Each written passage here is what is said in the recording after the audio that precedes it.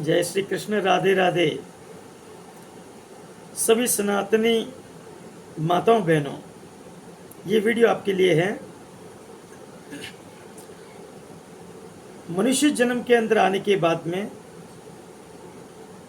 बुद्धिजीवी प्राणी के रूप में जन्म लेने के बाद में, क्योंकि पूजन वही करता है या मंगल की कामना वही करता है जिसके पास में बुद्धि है।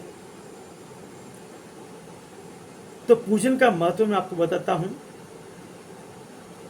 कि गौ, गंगा, कन्या और तुलसी, इनकी तुलना इस धरती पर किसी से नहीं हो सकती।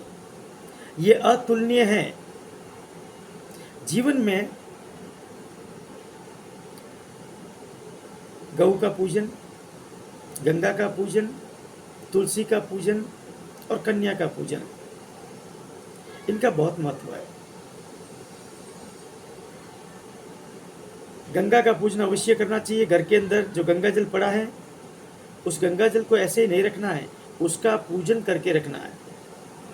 उसका पूजन बाजोट के ऊपर गंगा जल की जारी को रख के उसका पूजन करें। उसके बाद में घर में बाजोट के ऊपर तुलसी माता के गमले को रख के तुलसी माता का विधि विधान से पूजन करें। ठीक उसी प्रकार कन्या को बाजोट के ऊपर बिठा के उसका भी विधि विधान से पूजन करें। और गौ माता का पूजन करने के लिए आप गौशाला में जाके कर सकते हैं, अपने द्वार पे कर सकते हैं। इन पूजन का महत्व मैं बताता हूँ कि जो घर की लक्ष्मी है, अगर वो गंगा का पूजन करती है तो घर में धन की वृद्धि होती है, घर में लक्ष्मी की वृद्धि होती है। अगर घर की लक्ष्मी तुलसी माता का पूजन करती है तो घर में पवित्रता और सुख शांति बढ़ती है।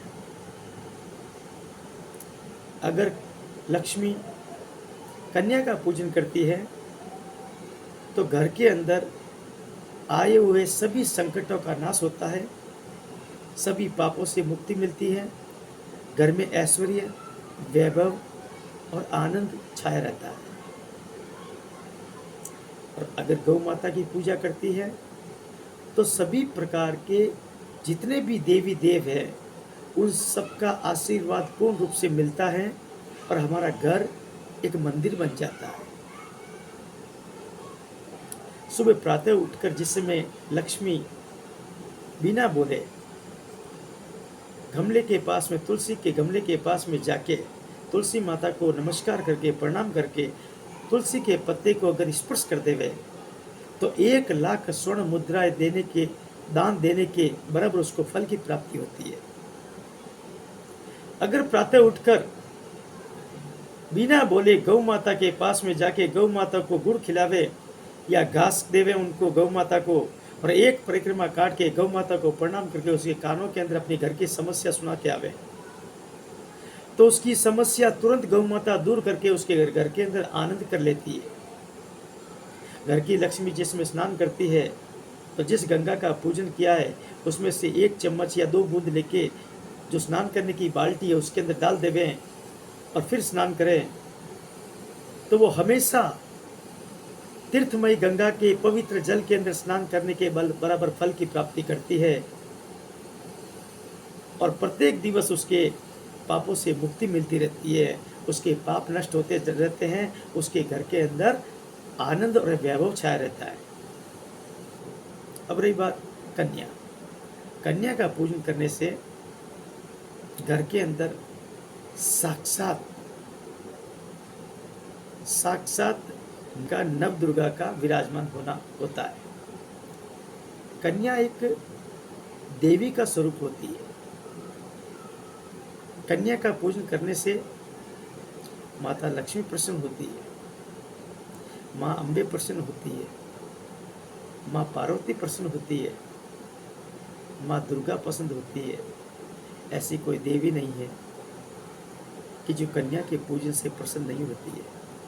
अगर किसी मंदिर की प्राण प्रतिष्ठा करते हैं तो वहाँ पे भी कन्या पूजन होता है। अगर घर के अंदर गृह प्रवेश करते हैं, वह भी कन्या पूजन होता है। कन्या का इस धरती के ऊपर ऐसा महत्व है कि जिसका वर्णन अपने मुखारबिंद से नहीं कर सकते।